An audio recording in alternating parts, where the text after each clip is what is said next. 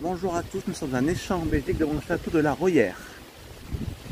Après bien des vicissitudes du temps des hommes, guerre, pillage, fréquents dans cette terre de frontières, le château de la Royère s'est maintenu tant bien que mal jusqu'à notre époque. Très abîmé, il a pris près de la moitié de son élévation. Il demeure dernier témoin de la structure militaire du XIIIe siècle dans la région et le dernier fort décagonal de Wallonie.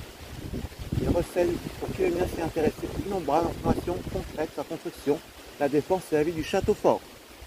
Délibérément planté dans un marécage, moyen de défense naturelle, où hommes et bêtes s'enfonçaient jusqu'aux genoux, se présentait au départ vers l'an 1000 comme une motte féodale qui dominait un donjon. La topographie actuelle rend compte de cette motte primitive. En effet, on peut toujours distinguer la double ceinture d'eau délimitant la haute cour château et la basse cour champ. Ce premier château, appelé Massum di Royera dans les textes, fut vendu par Hugues de Roubaix à Arnould IV d'Audenarde en 1227. Homme riche et très influent de son temps, seigneur de Lessing, Audenarde, Welden, Lopegem, Elzel, La Hamade et plein d'autres lieux. Bailli de Flandre, conseiller de la comtesse Jeanne Arnaud et le commanditaire probable de l'enceinte décagonale en pierre de Tournai.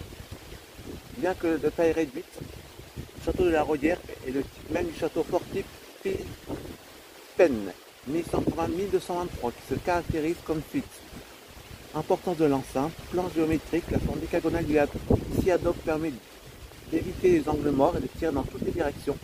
Présence de courtines reliant les tours, renforcement des angles par des tours rondes en alternance avec des échauguettes, petites tours en surplomb contenant une petite pièce, présence d'archers sur deux niveaux des tours, robuste châtelet d'entr'être déjà dit d'un pont-levis et défendu par une herse, des portes cochères, un assommoir. Escarpement de la base des murs pour l'autodéfense, contre les sapes et faire ricocher les projectiles lancés du haut du chemin de ronde. Présence de latrines, d'un puits, d'un cachot récemment mis à jour. Comme tout bon château à l'époque, la Royère fut bâtie pour défendre le territoire en zone frontalière, rôle militaire, et surtout pour asseoir la puissance de son propriétaire, rôle ostentatoire, témoignant d'un raffinement extrême dans sa conception architecturale et de son appareillage en pierre de Tournai. Il servait à affirmer la richesse et la prestige du seigneur. Notons que dans son testament de 1242, Arnaud IV d'Audenarde a signé 40 livres de revenus annuels pour la fondation d'une chapelle à la Royère.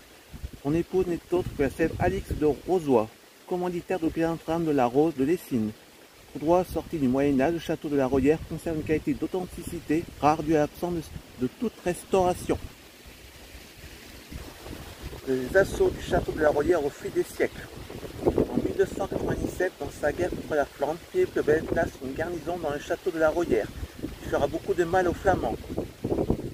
Vers 1302, dans le cadre de la bataille des Éperons d'Or, les Flamands reprennent la Royère et en confient la garde à Alain de Quevaucamp. Avec 40 chevaux, chevaliers et 30 hommes à pied, le 8 août 1417, lors de la campagne de Flandre, de Louis XI et une troupe tournaisienne s'attaquent au château où sont retranchés les paysans du village. Avec 6 serpentines et 3 ou 4 voitures d'engins, le château est déjà bien délabré. Mais les assaillants n'arrivent pas à le prendre et retournent penauds à Tournai. Un auteur de l'époque dit que leur échelle était trop courte.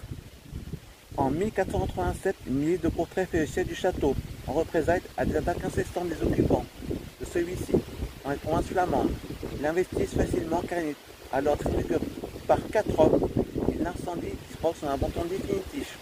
Au gré des mariages et de l'héritage des ventes, la Royère est passée aux mains des différents propriétaires, dont certains très célèbres, seigneurs du Cisoin, ensuite ceux de Wallincourt, puis de Wersham, de Barbançon, de Melun, de Ligne, Rohan, Soubise, Combrèze.